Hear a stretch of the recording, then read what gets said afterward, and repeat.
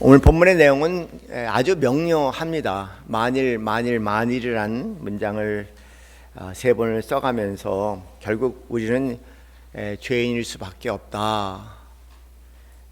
그리고 내가 죄인이라고 인정하는 것이 하나님께서 받으시는 거룩한 산 제물이다 라고 말씀하시니까 참 역설적인 말씀인 것 같아요. 기독교인은 의인이 되는 것이 아니고 의인이었다고 생각했던 사람이 하나님 앞에 자기 분개를 통해서 내가 죄인이라는 것을 하나님 앞에 인정하고 죄인으로서 살아가는 자에게 임하시는 크신 은혜가 있음을 말씀하시니, 이 말씀은 세상의 많은 지혜, 많은 종교가 얘기하는 것 같은 그런 메시지와는 정반대의 길을 걷고 있는 것을 저희가 느끼게 됩니다. 꿈은 종종 우리를 당황스럽게 만듭니다. 꿈속에는 우리가 의식 속에 숨겨 인정하고 싶지 않은 것, 숨겨진 것, 우리의 의식이 억압하고 있는 것, 그런 은밀한 것들이 드러나죠. 그래서 꿈은 굉장히 진실에 가깝습니다. 그런 면에서 꿈은 우리를 매우 당황스럽게 만들기도 합니다. 지난 밤에 꿈이 그랬습니다. 꿈속에 제 자신의 모습을 정확하게 볼 수 있었습니다. 저의 고상한 교양, 그 교양을 이용해서 저의 욕망을 채우고자 하는 모습이 꿈속에 드러났습니다.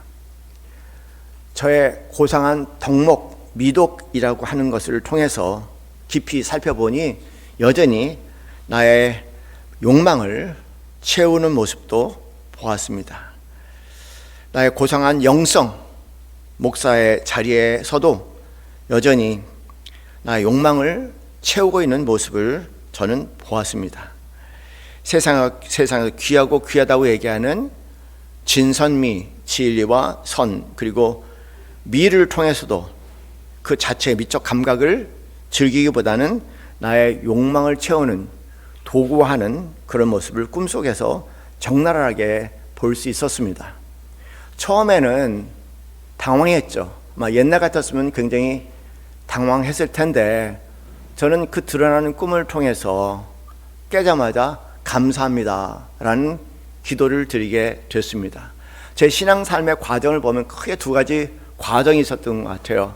죄인이 되려고 하지 않으려고 아주 몸부림치며 애를 쓰다가 이런저런 형태로 죄의 모습이 드러날 때마다 굉장히 좌절했다면, 어느 분기점부터 그럴 수밖에 없는 나를 인정하고 거기다 하나님의 선한 뜻이 있다는 것을 인정하면서 때가 돼서 하나님께서 하나님의 뜻에 따라 거둬가실 그날까지 내가 데리고 살 수밖에 없다는 사실을 알면서 그런 것들이 노출될 때마다 감사하고 감사하는 마음으로 전환된 굉장히 중요한 시기가 있었습니다.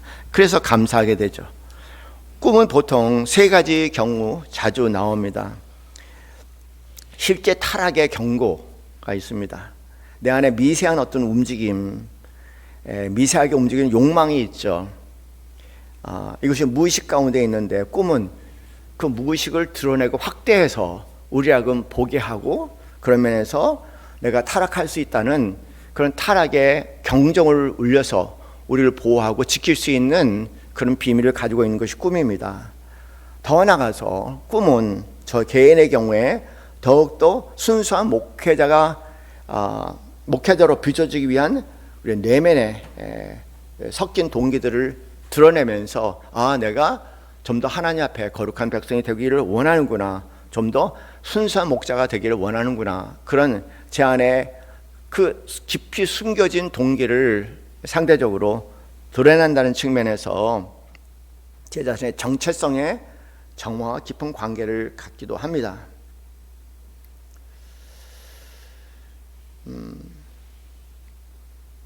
어떤 면에서 과도한 자기 자신에 대한 그림자를 볼 수 있도록 해주는 것이 꿈이기도 하죠.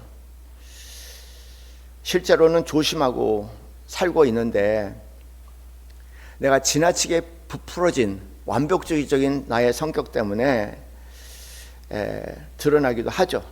그럴 때는 사실은 알고 보면 그 꿈은 제 자신을 정확히 보라는 그런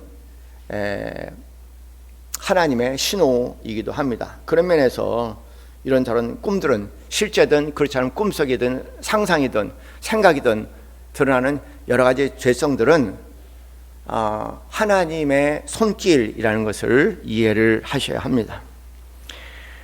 내 꿈속에 그런 것이 드러난다고, 또 상상 속에, 생각 속에 그런 것이 드러난다는 얘기는 거꾸로 얘기하면 지금 성령께서 나에게 역사하고 계시다는 증거입니다. 성령께서 역사하지 않는다면 우리 안에는 잠재성의 죄마저도 우리는 볼 수가 없죠. 그런 면에서 내 안에 어떤 꿈이든 현실이든 어떤 죄의 가능성들을 바라볼 때마다 우리는 감사해야죠. 성령께서 하시는구나. 성령께서 나와 함께 하시구나. 성령께서 역사하시는구나. 두 번째는 그런 경험을 할 때마다 또한 감사하는 것은 아직도 내 양심이라는 것이 살아있구나, 그런 뜻이죠. 그러니 양심이 죽은 것보다 낫지 않습니까? 그런 면에서 감사합니다, 그렇게 얘기할 수 있습니다. 인간적으로 얘기하면 내 자신을 돌아보고 성장하고자 하는 그런 성찰 기능이 아직도 작동하고 있다, 그런 뜻이 되겠죠. 그리고 어떤 진실을 원하고 있다는 그런 몸부림일 수도 있겠고요. 타락의 증거보다는 내가 정화돼야 할, 성화돼야 할 성화의 방향성을 우리에게 가르쳐준다는 측면에서 또한 매우 감사할 일입니다. 그러나 무엇보다도 일종의 경고와 예방적인 측면에서 이 얼마나 다행스럽고 감사한 일인지 모르겠습니다. 하나님께서 사람을 보호하는 방식이 있어요. 하나님께서 사람을 보호하는 방식 중 하나는 우리가 몰랐던, 실제든 잠재성이든 그 죄를 폭로하시는 것입니다. 그러나 그것을 폭로하는 것은 징계보다는 하나님의 큰 자비, 은총의 손길이죠. 다윗이 그랬습니다.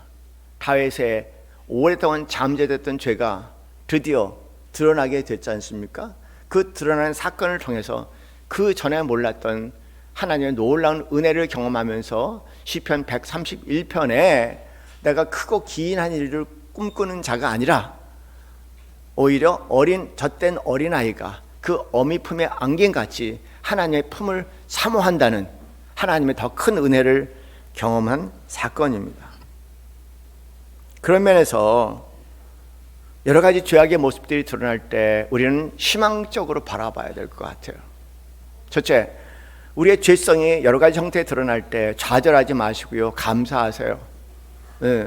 내가 숨기고 은폐하고 싶었던 것들이, 내가 완벽하고 싶었던 것들이 그렇지 않다는 사실을 우리에게, 진실을 가르쳐주니 진실은 우리가 항상 감사해야 될 내용입니다. 그리고 그 진실 가운데 살아가는 자의 오늘 본문의 말씀처럼 하나님의 은혜를 크게 경험할 수 있습니다. 아담은 죄가 드러났을 때 숨겼죠. 그것이 불행한 일이었습니다. 사실 저는 개인적으로 그렇게 생각합니다. 아담이 그런 죄의 잠재성과 가능성이 있었기 때문에 하나님께서 이 금단의 열매를 먹을 때 이런 일이 일어날 것이라고 경종을 하셨어요. 저는 개인적으로 확실하게 믿습니다. 아담이 죄가 없는 사람이 아니라 죄를 지을 수 있는 잠재성과 가능성을 가지고 있던 사람이었습니다. 그런데 그 죄를 범할 수 있는 잠재와 가능성이 드러났죠. 드러났을 때 불행한 일은요, 진솔하게 내가 보았나이다, 이것이 나의 실제의 모습입니다, 하나님의 은혜와 품에 나를 안기는 것이 아니라 그는 하나님을 두려워하고, 두려워한 이면 가운데는 하나님이 나에게 완벽함을 요구하고자 하는 어떤 자기 자신의 강박적인 생각 속에 하나님 뜻과 생각이 아니라 그 완벽한 모습을 갖춰야 된다는 생각 속에, 그렇지 않은 자기 모습을 보면서 두려움 속에, 나는 죽게 되었다는 생각 속에 드러나면은 숨어버렸습니다. 감춰버렸다는 겁니다. 그것이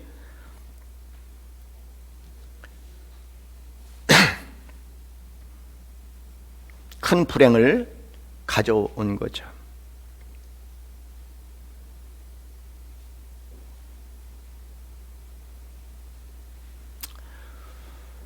우리의 죄성을 깨닫는 것은 굉장히 큰 축복입니다. 저주가 아니고 축복이 아니에요. 내가 완벽한 존재가 아니라는 것입니다. 나는 여전히 인간이라는 것을 깨닫게 해주시는 거예요. 내가 하나님이 아니라는 걸 깨닫게 해주시니, 하나님과 우리 사이에 엄청난 갭이 있다는 것을 확실하게 깨워주시니, 거기에 십자가가 있으니, 하나님의 은혜가 있으니 얼마나 감사할 일이겠습니까? 십자가가 있기 때문에 우리는 정직할 수가 있어요. 진솔할 수 있고 진정성을 가지고 살아갈 수가 있어요. 그 십자가의 은혜가 없이, 십자가의 보혈의 죄사함 없이 우리의 자신의 불완전성과 그리고 죄성을 깨달은다면 우리는 우리 자신에 대한 이미지가 파괴될 수밖에 없고요. 그건 우리에게 저주가 될 수밖에 없어요. 예수님 믿는 사람들의 축복이 뭐냐면 내 죄성을 품는 거예요. 예수 그리스도 안에 완벽을 향해서 가는 사람이 아니라, 성인은 완벽한 사람의 성인이 아니라 내가 어떤 죄인이라는 것을 더 깊이 깨달으면서 하나님의 은혜 품속에 들어가는 사람이 성인이죠. 그래서 우리가 찬양했지 않습니까? 그렇게 찬양했습니다. 찬양곡이 어디 갔나? 네, 은혜로만, 그렇죠? 은혜로만 들어가네, 은혜로만 선다네, 그분의 임재 가운데 오라 하시네.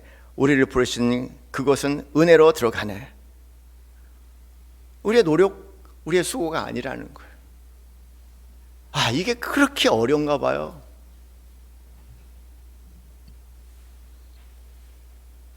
여러분, 성경의 진리라는 것은 알레테이아라고 몇 번 설교를 통해서 말씀을 드렸습니다. 알레테이아라는 말은 숨겨진 것이 드러나는 것을 알레테이아라고 얘기합니다. 인간이 어떻게 죄인이 아닐 수 있겠습니까? 난 이해가 안 돼요. 그 죄인이라고 얘기한 것은 하나님 없이는 여러 가지 병적인 요인이 될 수 있죠. 그러나 죄인이라는 인정은 예수 그리스도의 십자가 안에서 우리의 신경적인 증세를 일으키는 것이 아니라 예수 그리스도의 십자가의 보혈 안에서 더 큰 하나님의 은혜를 경험하는 일 아니겠습니까? 그래서 그것을 우리는 기쁜 소식, 복음이라고 그렇게 이야기하는 것입니다. 알레테이아, 아담같이 진리가 드러나게 될 때 그 진리에 대해서는 진실함으로 대해야 됩니다. 그 진리가 드러날 때 그 진리를 거짓과 위장으로 대하면은 더 큰 불행을 가져오죠. 아담과 하와가 그랬습니다. 우린 잊으면 안 될 것 같아요. 하나님은 예수님 오시면서 그랬어요. 내가 온 것은 의인을 위해서 온 것이 아니라 죄인을 위해서 오셨다. 아주 처음부터 선포하셨잖아요. 그건 특별히 죄인을 얘기하는 것이 아니라 인간은 본질적으로 그럴 수밖에 없어요. 한계를 가진 존재고요. 우리 뜻대로 살아낼 수도 없고 우리 의지대로 살아낼 수 없는 본질적인 그런 한계를 가지고 있습니다. 인간은 이래나 저래나 항상 모순 속에 빠질 수밖에 없어요. 그래서 인간은 본질적으로 그런 면에서 죄인일 수밖에 없으니까 특별히 내가 어떤 죄를 져서 잘못했다고 얘기하는 것보다도 그런 죄성을 인정하게 될 때, 진실하게 될 때 그 진실한 자에게 하나님의 은혜가 있는 거죠. 여러분, 성경을 보면요, 회개가 그렇게 힘들어요.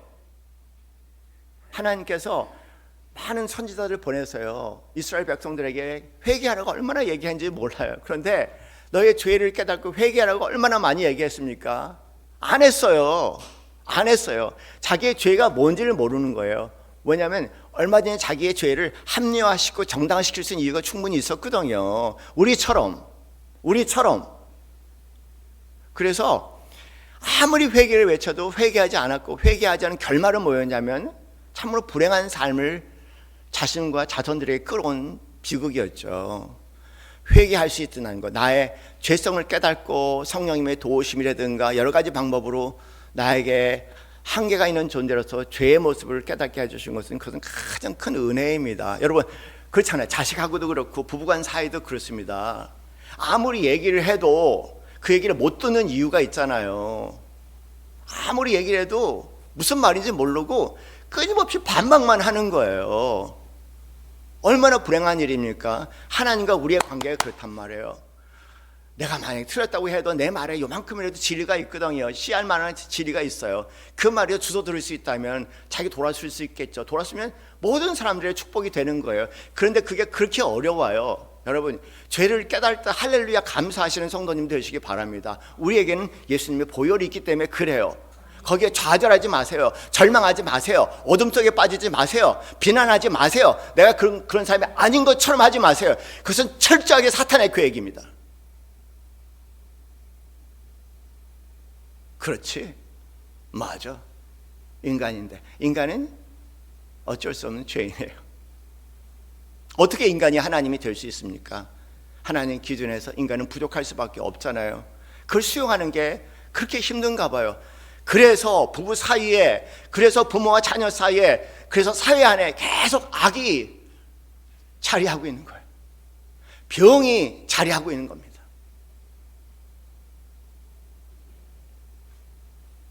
그러나 뜻밖의 성경을 보면 놀라운 일들이 많지 않습니까? 이사야 선지자는 다른 사람 회개시키고 자기가 죄인인 줄 몰랐어요. 근데 이사야서 6장을 보니까는 그 하나님에 딱 섰을 때 제가 자신이 죄인이라는 것을 발견을, 하나님의 거룩한 앞에. 그래서 자기 죄를 보고 화로다, 나는 망하게 되었다 고백합니다. 그렇게 스스로 자기의 모습을 보고 하나님 앞에 서서 자기의 죄성을 고백하게 될 때, 그것도 나는 망하게 되었다는 고백을 하게 될 때, 오히려 하나님께서는 그에게 숯불을 입에 갖다 대시고 깨끗게 하셨죠. 은혜라고 얘기하는 겁니다. 은혜, 우리는 우리 죄를 씻을 수가 없어요. 이건 거짓말입니다. 생 거짓말이에요. 죄는 오직 은혜로만 씻길 수 있는 겁니다. 그리고 그 은혜 속에 내가 여기 있나이다, 나를 보내서는 새로운 소명을 갖게 됐어요. 그 소명은 뭘까? 저는 상상해 봅니다. 그 소명은 뭐냐면은 그동안 하나님의 특별한 자로서 자기 의로움을 내세우고 또 사람들에게 회개라고 얘기했겠지만, 여기서는 뭐냐면요, 내가 죄인이란 걸 깨닫게 되고 내가 죄인됨을 깨닫게 되고 그 죄인됨에 하나님의 은혜가 임했다는 사실을 선포하는 새로운 사명을 받은 거죠. 다시 말해서 종교적인 삶에서 완전히 영적인 삶으로 전환된 겁니다. 종교적인 삶은 완벽할 추구하는 사람들이에요. 그래서 너 서로의 부족한 모습을 보면 그걸 계속 흠을 잡고 공격하고 비난하죠. 그래서 영적인 사람은 내가 죄인이라는 걸 아릅니다. 나는 네 죄를 씻을 수 있는 건 오로지 이 죄에서 나를 벗게 하시고 이 죄에서 씻게 하시면 오로지 하나님의 은혜라는 거, 은혜로만 들어가고 은혜로만 선다는 사실을 아는 사람이에요. 그래서 영적인 사람은 은혜를 선포하는 사람인데 한국 교회에 종교인이 너무 많다는 거예요.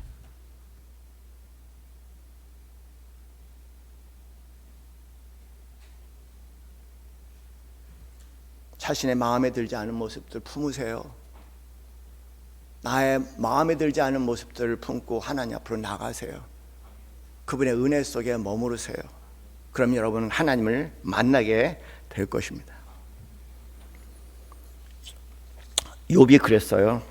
욥이 나는 의로운 사람이다 막 그랬잖아요. 나는 의로운 사람이다. 그러면서 이제 불행한 일이 자기 삶에 닥쳐왔습니다. 네.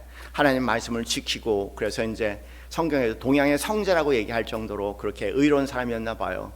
그리고 그 받는 모든 축복이 그 의로움으로 왔다고 생각했던 것 같아요. 그런데 욥에게 불행한 일이 오기 시작한 거예요. 그 불행한 일에 대해서 하나님과 반론을 하기 시작합니다. 하나님, 내가 이렇게 삶을 살았는데 어떻게 우리에게 이런 불행한 일이 일어날 수 있겠습니까? 하나님하고 반박고 논쟁하기 시작을 해요. 그리고 맨 나중에 가서 어떻게 됩니까? 하나님이 현현하셔서 드러나셨습니다. 그 하나님 앞에 서니 내가 못할 말을 너무 많이 했다, 그렇게 깨닫고, 그리고 회개하죠. 내가 티끌과 재 가운데 회개하나이다. 그리고 하나님의 또 다른 은혜의 통로로 나아갑니다. 욥기는 그렇게 끝내잖아요. 시작은 미약하였으나 그 끝은 창대하리라. 오로지 하나님의 은혜에 붙들려 사는 삶의 모습을 성경은 그렇게 말씀하십니다. 죄가 드러나는 것을 감사해야 하는 이유는 많죠. 제일 불행한 것은 이스라엘 백성들이 그랬던 것처럼 죄를 느끼지 못하는 상태입니다. 양심이 마비된 상태입니다. 모든 불행을 다른 사람 탓으로 돌리는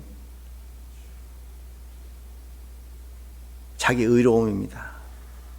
그런 자기 의로움에 자기 기만에 굳어진 상태,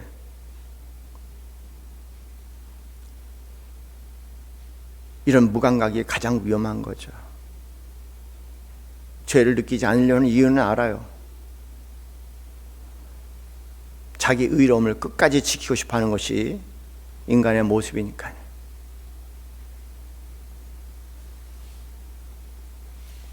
우리 사랑하는 성도님들은 나의 부족함과 연약함과 또 쓰러지고 넘어짐을 계속 발견할 때마다 감사하세요. 감사합니다. 내 마음이 괴로울 때마다 감사하세요. 그냥 감사하세요. 저주하지 마세요. 그냥 감사하세요. 하나님이 하시는 일이야. 그게 하나님이 하시는 일입니다. 하나님은 우리를 드러내셔서 여러 가지 목적을 통해서 당신의 아름다운 뜻을 이루어가기 원하십니다. 숨기지 않고 변명하지 않고 감사하고 때가 되면 하나님께서 그걸 거둬가실 것이라는 믿음 속에, 내가 아니라 하나님의 은혜의 능력 속에 거둬가시라는 마음으로 우리가 걸어야 할 과정을 그때가 될 때까지 걸어가는 삶이 진정 하나님의 은혜 속에 살아가는 삶입니다. 우리의 죄성은요, 우리의 주성은 나 중심성이 죄성이에요. 나 중심성이 죄성입니다. 내 주위에 일어나는 모든 죄악의 모습들, 폭력성을 보면은 그냥 나 중심성입니다. 여러분, 하나님의 중심은 뭘까요?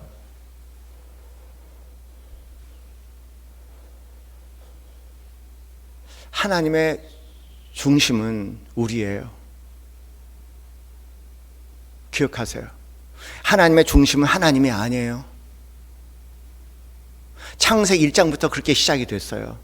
하나님의 중심은 하나님이 아니에요.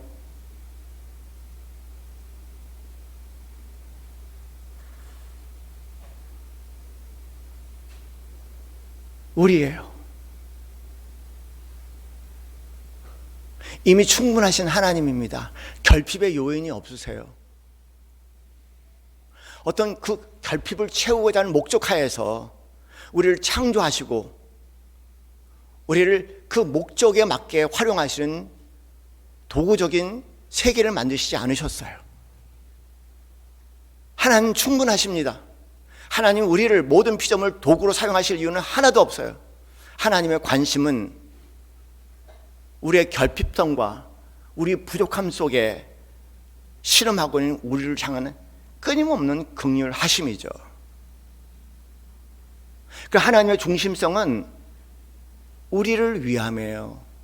우리가 하나님의 중심성에 있어요. 뭇 인간들은 하나님을 보기에 자기 마음과 같이 하나님 중심성에서 우리를 보잖아요. 그건 인간적인 눈입니다. 자기 중심적인 눈입니다. 그러나 하나님의 중심성은 우리예요. 우리, 나, 너, 우리입니다. 우리의 신음소리를 아세요. 우리의 신음소리를 아시는 충분하신 하나님께서 그런 우리를 활용을 해서 당신의 필요를 채울 이유는 하나도 없고 당신의 목적을 위해서 우리를 도구화시킬 이유는 하나도 없어요. 여러분, 이 말은 거짓말입니다. 하나님을 위해서 이렇게 하세요, 하나님을 위해서 저렇게 하세요, 다 거짓말입니다. 그건 종교가 하나님을 이용하는 방법이에요.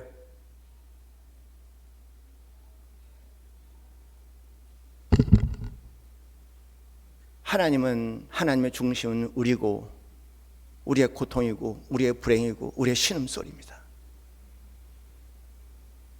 이 모든 내용을 핵심적으로 우리에게 말씀하시는 것이 요한복음 3장 16절의 말씀입니다. 하나님이 세상을 사랑할 만한 것이 있어서 이처럼 사랑하사 그렇게 기록되지 않았어요. 하나님이 자기의 목적을 위해서, 자기를 위해서 이처럼 사랑하사 그렇게 기록되지 않았어요. 하나님이 세상을 이처럼 사랑하사 독생자를 주셨으니, 왜? 이는 저를 믿는 자마다 멸망치 않고 영생을 얻게 하려 하심이라는 분명한 목적문이 뒤에 있습니다.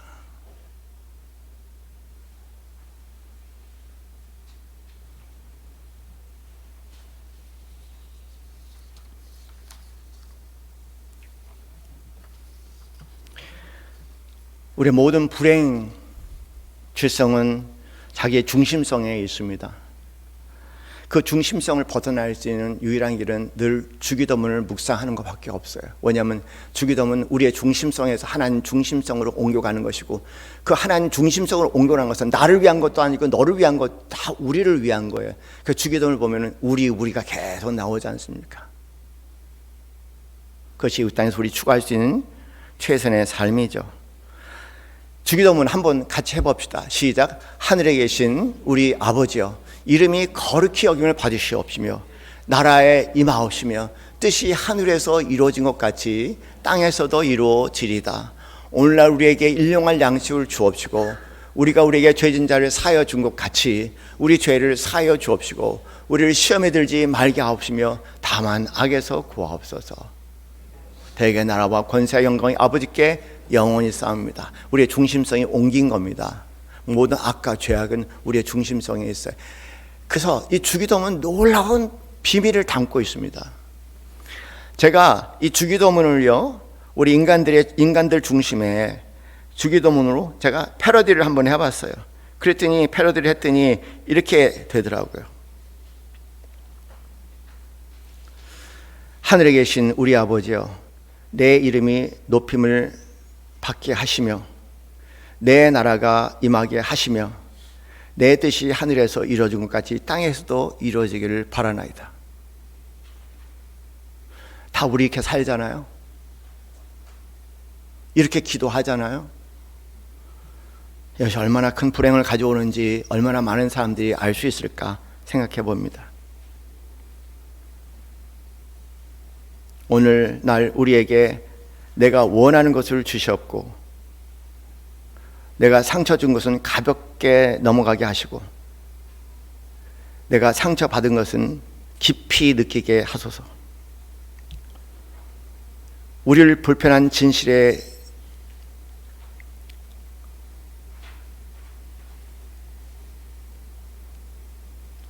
드러나지 않게 하시고 나를 흔드는 사람들을 저주하소서. 대개 나라와 권세와 영광이 내 계획과 내 성공과 내 안전에 영원히 있사옵나이다. 아멘. 이게 제가 만든 주기도문 패러디예요. 근데 그렇게 살잖아요. 그렇게 살잖아요. 문제는 그렇게 사는 것이 우리에게 얼마나 큰 불행을 가져오는지 모른다는 거예요.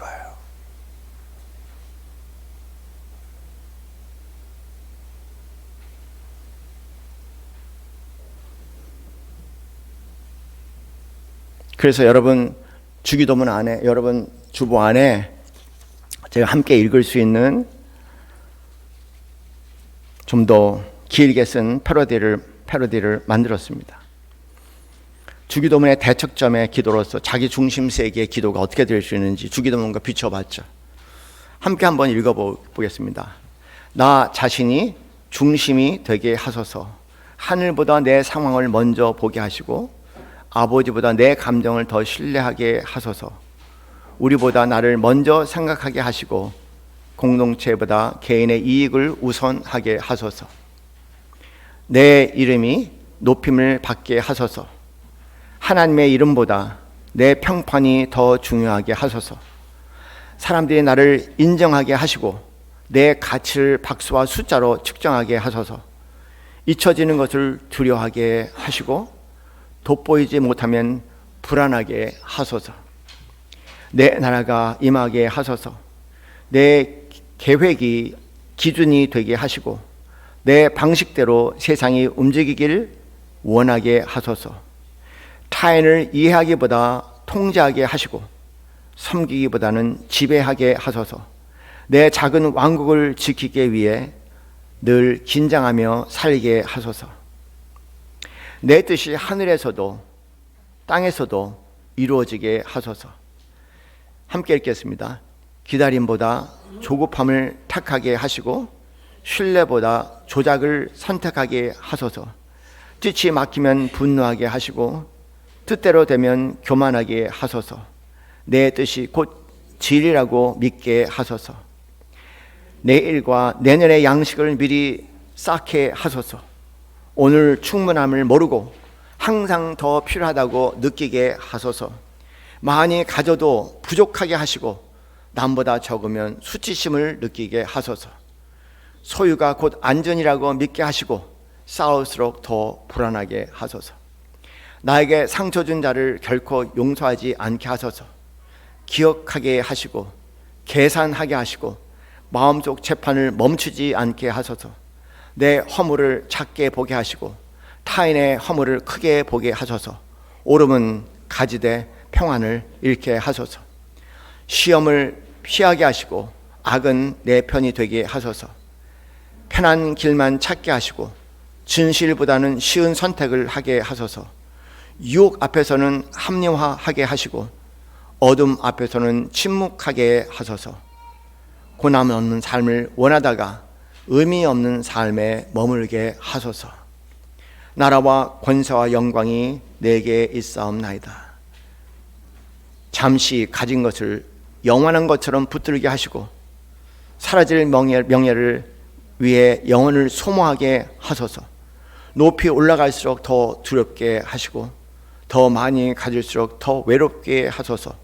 모든 것을 얻고도 내 자신을 잃게 하소서. 주 기도문과 대척적인 기도문을 하다 보면은 금방 알게 될 겁니다. 아, 모든 원인이 여기에 있었구나.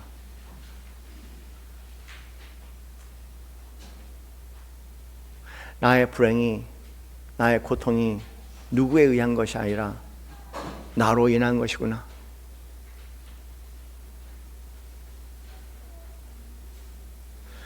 이것을 수정하고 바꿀 수 있는 길은 딱 하나죠. 늘 죽여놓은 안에서 우리 자신을 정렬시키는 것입니다. 하늘에 계신 우리 아버지여, 이름이 거룩히 여김을 받으시옵시며 나라의 임하옵시며 뜻이 하늘에서 이루어진 것 같이 땅에서도 이루어지리다.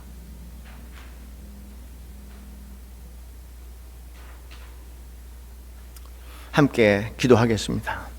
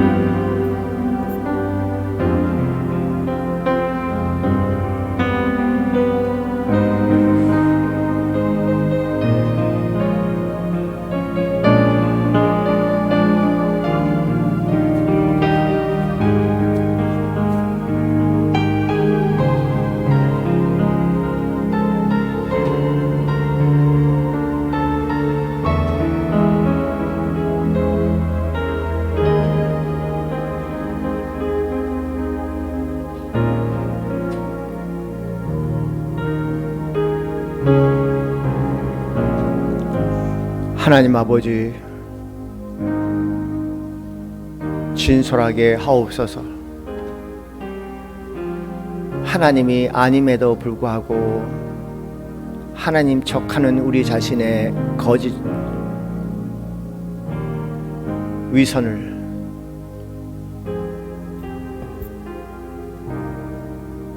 진리로 받아들이게 하시고 그 진리 속에 임하시는 하나님의 임재하심 속에, 하나님의 은혜의 품 속에 매일매일 호흡하며 그 은혜의 안식 속에 잃었던 호흡도 회복되게 하시고 삶도, 새로운 삶도 그 안에 피어낼 수 있도록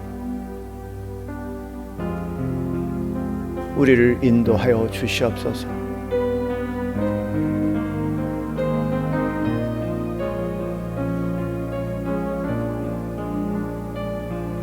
십자가가 우리의 삶에 얼마나 놀라운 선물인지를 세월 지나가면 지나갈수록 더 깊이 깨닫고 품으며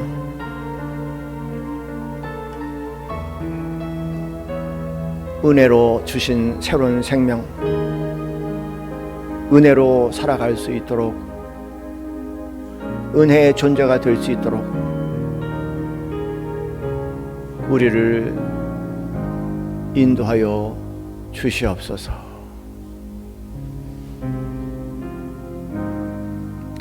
예수님 이름으로 기도드립니다. 아멘. 함께 찬양하겠습니다.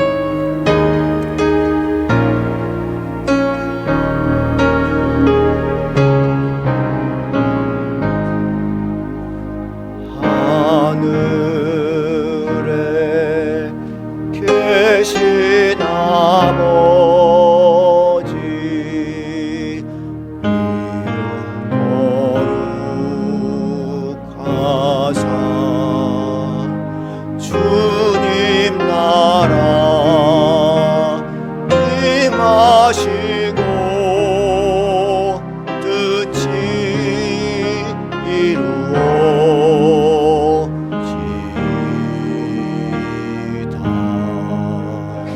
일용할 양식 주시고 우리들의 큰 죄 다 용서하옵시고 또 시험에 들게 마시고 악에서 구원하소서. 내게 주의 나라, 주의 권세, 주의 영광 영원히.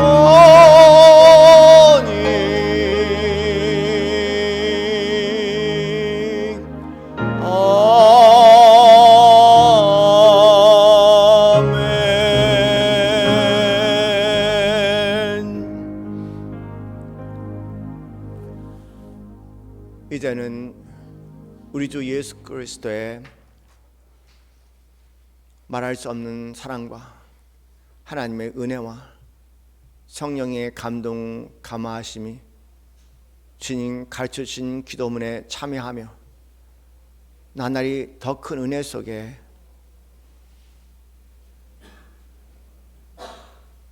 감사와 찬양으로 살기 소원하는 이 자리에 있는 사랑하는 모든 성도들 머리 위에 지금부터 영원까지 함께 있기를 간절히 축원하옵나이다. 아멘.